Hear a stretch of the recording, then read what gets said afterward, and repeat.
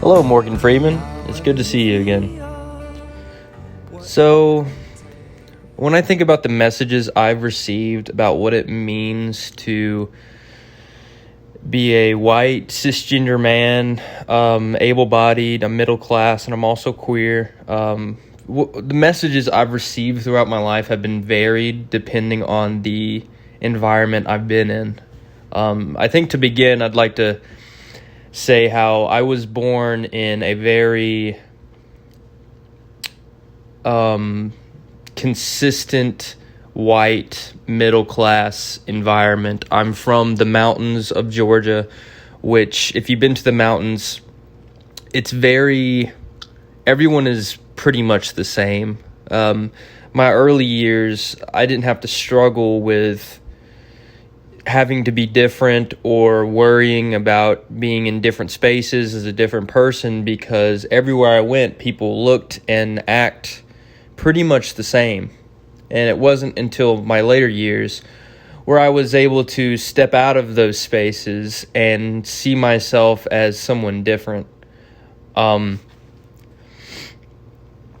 received messages based on my identities from my parents. My parents were very open compared to a lot of conservative and religious people I've been around in my hometown. They're very open about me being able to construct my own identity and not base that on people that I'm around, and I didn't have to feel forced to act like everyone else. They did well in that aspect, but then again, the social institutions such as church and school reinforce those heteronormative and kind of patriarchal ideas that certain privileges are handed out, and those privileges are inherent, and there's really nothing you can do about it. It wasn't until my college years where I saw myself as someone who inherently had privileges that others did not.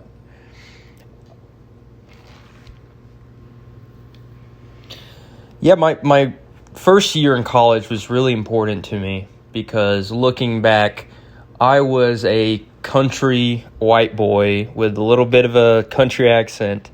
And my first year, my freshman year of college, I went downtown Atlanta to Georgia State. Not only in spaces there was I the minority, but the housing complex I lived at was located West Midtown, and it was an off-campus housing for not only Georgia State, but the historical black colleges in the area like Moorhead. And I remember me and my three friends, we were the only white people in our building. And it was a bit of a culture shock at first because we weren't used to being looked at as outsiders and feeling uncomfortable.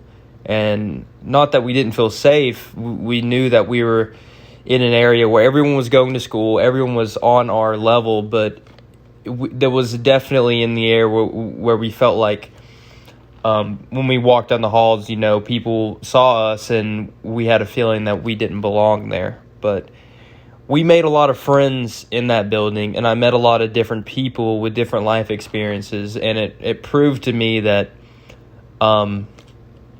where I was from in the mountains is not a good indicator of the entire world. There's social circles and different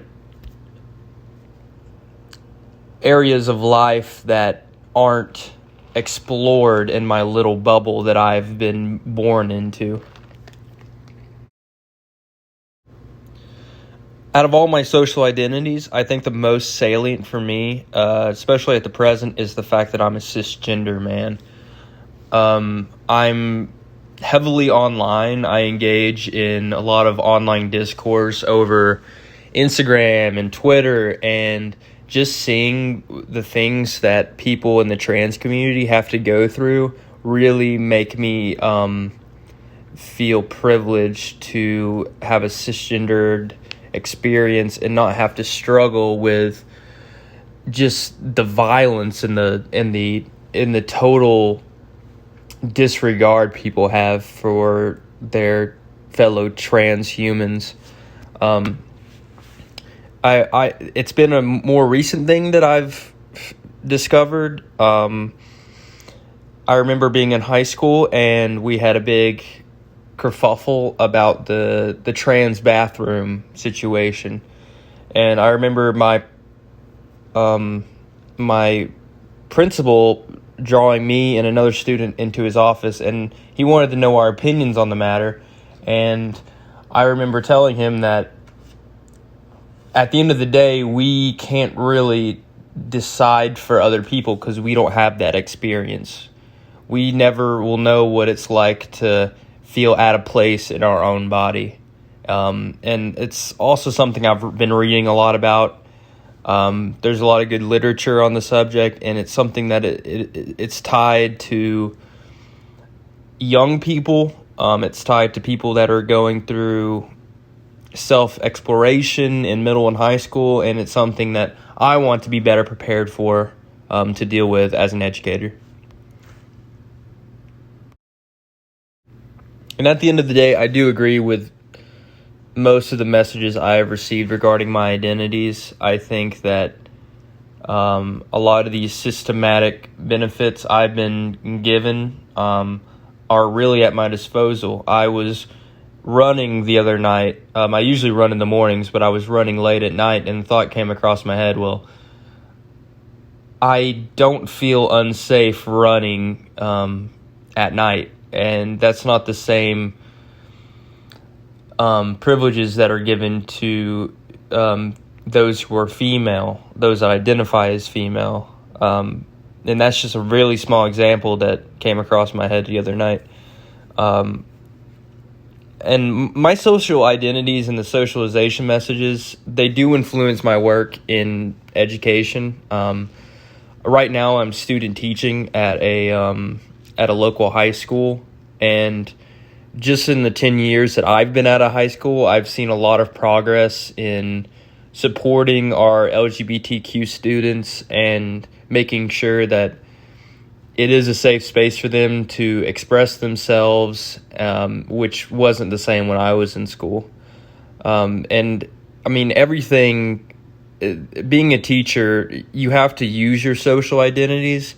You have to provide a space for students to accept their own social identities. And I think that's really, really important, because you don't want to promote a classroom that is homogenous and doesn't allow other points of view and other people from walks of life to have an opinion. It's really important to promote social justice through the text that you're reading, and allow people to read things that can challenge them and kind of see things from a different angle.